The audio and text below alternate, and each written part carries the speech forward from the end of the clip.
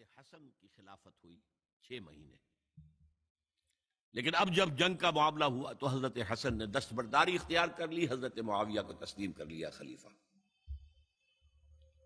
حضرت معاویہ صحابی ہیں، کاتب وحی ہیں، حضور کے برادر نسبتی ہیں، صالح ہیں، ام حبیبہ بہن ہے ان کی جو حضور کی زوجہ محترمہ ہیں، ان کا مقام بہت بلند ہے، لیکن ہم انہیں خلفائے راشدین میں شامل نہیں کرتے، اس لیے کہ ان کا جو خلافت کو اختیار کرنا یا حکومت اختیار کرنا یہ قبائلی عصبیت کی بنیاد پر تھا، باہمی مشورے کی بنیاد پر نہیں تھا۔ لیکن 20 سال تک ان کا دور حکومت ہے اور کوئی خون ریزی نہیں، کوئی غارت گری نہیں، کوئی اختلاف نہیں، کوئی بغاوت نہیں، کوئی جھگڑا نہیں۔ مدبر اس درجے کے تھے۔ اب آئیے آخری سٹیج آئی، حضرت معاویہ کو مشورہ دیا گیا، مغیرہ ابن شعبہ ایک بزرگ صحابی تھے، کہ دیکھیے جناب امیر، مسلمانوں میں اختلاف ہوا، 4.5 سال 5 سال خانہ جنگی رہی، اب اگر پھر معاملہ آپ کے انتقال کے بعد ایسے ہی چھوٹ گیا تو اختلافات ہوں گے، جھگڑے ہوں گے، مختلف دعوے دار سامنے آئیں گے، جنگیں ہوں گی، پھر دوبارہ جو ہے فساد ہو جائے گا، آپ کسی کو نامزد کر دیجیے۔ اور پھر مشورہ دیا اپنے بیٹے یزید کو نامزد کر دیجیے۔ حضرت معاویہ ریلیکٹنٹ رہے، لیکن اس کے بعد انہوں نے مان لیا اور فیصلہ کر لیا۔ یہاں میں چاہتا ہوں کہ بات سمجھ لیں اچھی طرح، اس معاملے میں اگر آپ حضرت معاویہ کی نیت پر شک کریں گے تو مجھے آپ کے ایمان پر شک ہو جائے گا۔ نیت پر نہیں، غلطی ہو سکتی ہے، صحابی ہیں، نیت غلط نہیں تھی، نیت کیا تھی؟ اور میں سمجھتا ہوں 100% درست تھی، کہ اب اتنا پانی گزر چکا ہے پل کے نیچے سے وقت کے دریا میں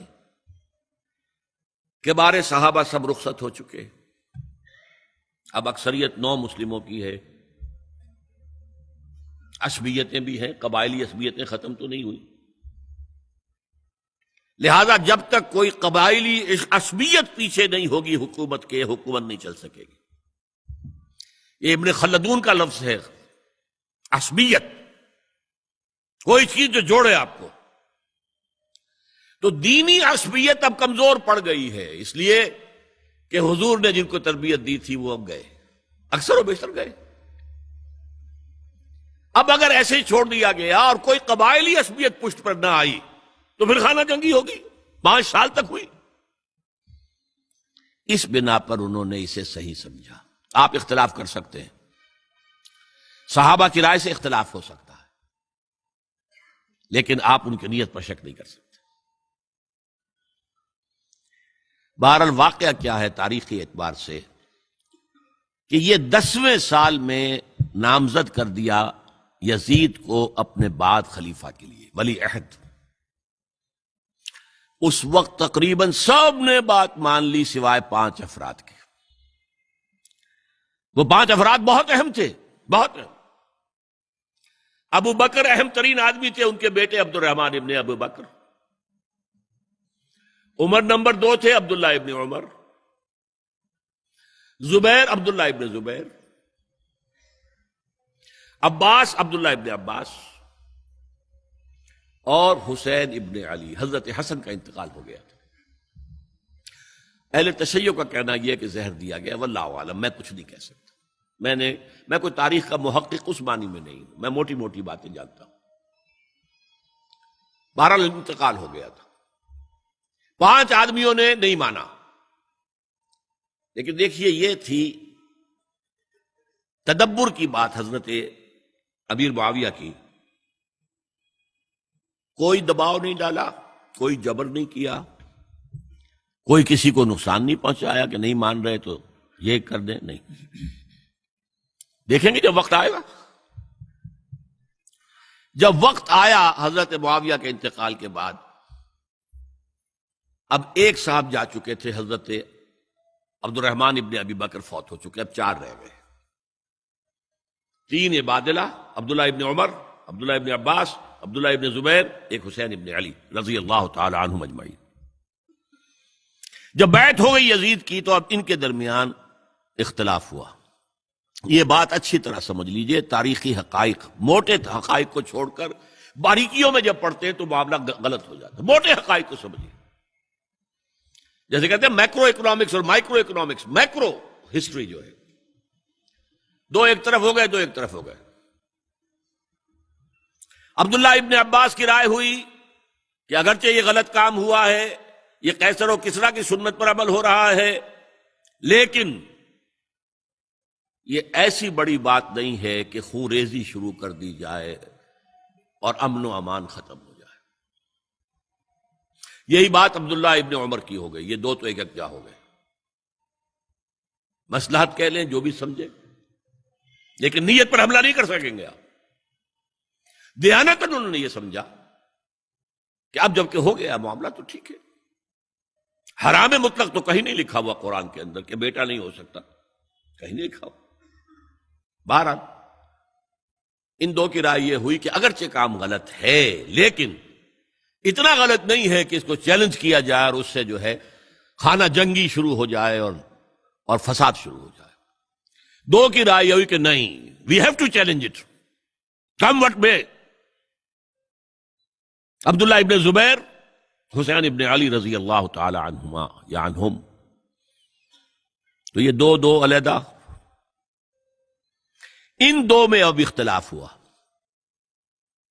عبداللہ ابن زبیر کی رائے یہ تھی کہ یہیں مقیم رہو مکے میں، حجاز میں، مکے اور مدینے میں، یہاں سے ریزسٹنس موومنٹ ہم شروع کریں گے، کیونکہ یزید کی خلافت تو دمشق میں تھی، بہت دور۔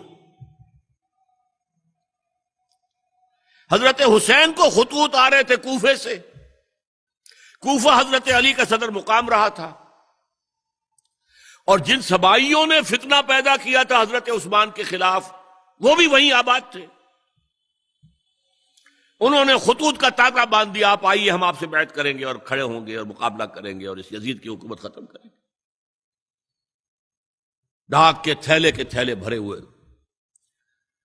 حضرت حسین نے فیصلہ کیا کوفے جانے کا، بہت روکا۔ عبداللہ ابن عباس بہت ان سے بزرگ تھے عمر میں، اور ویسے بھی ایک اعتبار سے نانا تھے، ایک اعتبار سے پڑدادا تھے۔ حضرت عبداللہ ابن عباس حضور کے چچا زاد بھائی تھے، تو نانا ہو گئے کہ نہیں؟ حضور نانا تھے کہ نہیں؟ اور حضور کے چچا تھے حضرت عباس، ان کے بیٹے ہیں یہ۔ تو اس اعتبار سے حضرت علی رضی اللہ تعالیٰ عنہ کے کیا ہو گئے؟ چچا۔ بہرحال میں کچھ گڑبڑ کر رہا ہوں اس وقت۔ وہ دوڑتے جا رہے تھے کہ حسین خدا کے لیے مت جاؤ، خدا کے لیے مت جاؤ، یہ کوفی تمہارا ساتھ نہیں دیں گے، الکوفی لا یوفی، کوفی وفا نہیں کرتا وعدہ، اور خدا کے لیے اگر جانا ہے اپنے گھر والوں کو یہاں چھوڑ جاؤ۔ بس حضرت حسین پر رضی اللہ تعالی عنہ جو ایک کیفیت تھی، انہوں نے سب باتوں کو نظر انداز کیا۔ وہاں ہزاروں لوگوں نے مسلم بن عقیل جو حضرت حسین کے نمائندے کی حیثیت سے پہلے گئے تھے، ان کے ہاتھوں پر بیعت کیا، وہ خطوط آ رہے تو اور بھی بات پختہ ہو گئی۔ ابھی راستے ہی میں تھے کہ پتہ چلا کہ ابن زیاد گورنر بن کر آیا ہے، اور اس نے جو وہاں پر تشدد کیا ہے اور ڈنڈا برسایا ہے، سب بیعت ویعت توڑ کے گھروں میں چھپ گئے، اور مسلم بن عقیل جو ہیں وہ بے یار و مددگار شہید بھی کر دیے گئے۔ حضرت حسین نے ارادہ کیا کہ واپس ہو جائے مدینے کی طرف۔ اب مسلم بن عقیل کے بیٹے جو ہیں، وہ عرب کی ایک غیرت ہے، ایک آنر جسے آج کل کہتے ہیں، ہم اپنے باپ کا بدلہ لیے بغیر نہیں جائیں گے۔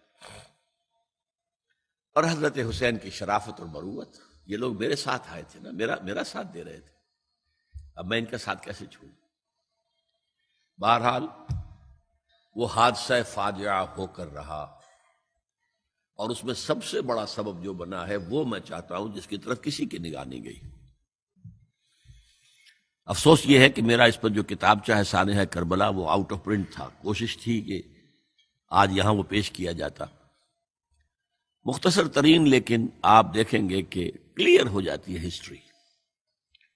دو کتابچے ہیں، شہید مظلوم، میرے نزدیک مظلوم ترین شہید حضرت عثمان رضی اللہ تعالی عنہ، اور سانحہ کربلا، بہت بڑا سانحہ ہے، اس میں کوئی شک نہیں۔ حضرت حسین کے صبر اور مثابرت اور استقلال اور شجاعت یہ مثالی ہے تاریخ کے اندر۔ اپنے سامنے جو ہے اپنے ایک ایک کر کے چراغ گل ہو رہے ہیں، خاندان سارا ختم ہو رہا ہے، شیرخوار بچے شہید ہو رہے ہیں۔ وہ تو ایک بچہ بیمار تھا، حضرت علی بن حسین زین العابدین رحمت اللہ علیہ، وہ بچا ہے۔ لیکن اصل میں شرافت اور مروت جو ہے وہ بسا اوقات اپنی شرافت کی وجہ سے مار کھا جاتی ہے۔ حضرت حسین سے میرے نزدیک یہ ایک اسٹریٹجک مسٹیک ہوئی کہ جب کوفیوں کا لشکر سامنے تھا تو وہاں کھڑے ہو کر ایک ایک کا نام لے گا، فلاں ابن فلاں، کیا تم نے مجھے خط نہیں لکھا تھا؟ اے فلاں ابن فلاں، کیا تم نے مجھے خط نہیں لکھا تھا؟ سب کے راز فاش کر رہے ہیں، اور دیکھو یہ میرے پاس یہ تھیلے بھرے ہوئے تمہارے خطوں کے موجود ہیں، تم نے مجھے بلایا اور میں آیا۔ یہ بات تھی جس کی بنا پر اب ان کے لیے کوئی چارہ نہیں تھا کہ انہیں شہید کر دیں، ورنہ تو یہ ہمارا بھانڈا پھوڑ دیں گے جا کر یزید کے پاس، تو ہماری کھالیں کھنچ جائیں گی۔ یہی وجہ ہے کہ حضرت حسین نے 3 آفرز کی، مجھے واپس مدینے جانے دو، نہیں، مجھے یزید کے پاس جانے دو، نہیں، مجھے کہیں اسلامی سرحد پر بھیج دو، میں وہاں پر کافروں سے جنگ کرتے ہوئے زندگی ختم کر لوں گا، نہیں، ہیئر اینڈ ناؤ بیعت کرو۔ یہ حضرت حسین کی شرافت، غیرت، حمیت، مروت اس کے خلاف تھا،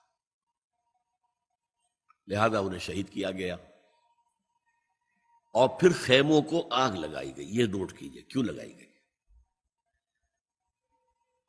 اگر تو یہ غصے اور انتقام میں اور وینجینس میں ہوتا تو حضرت علی بن حسین زین العابدین کو بھی شہید کرنا چاہیے تھا، نہیں کیا۔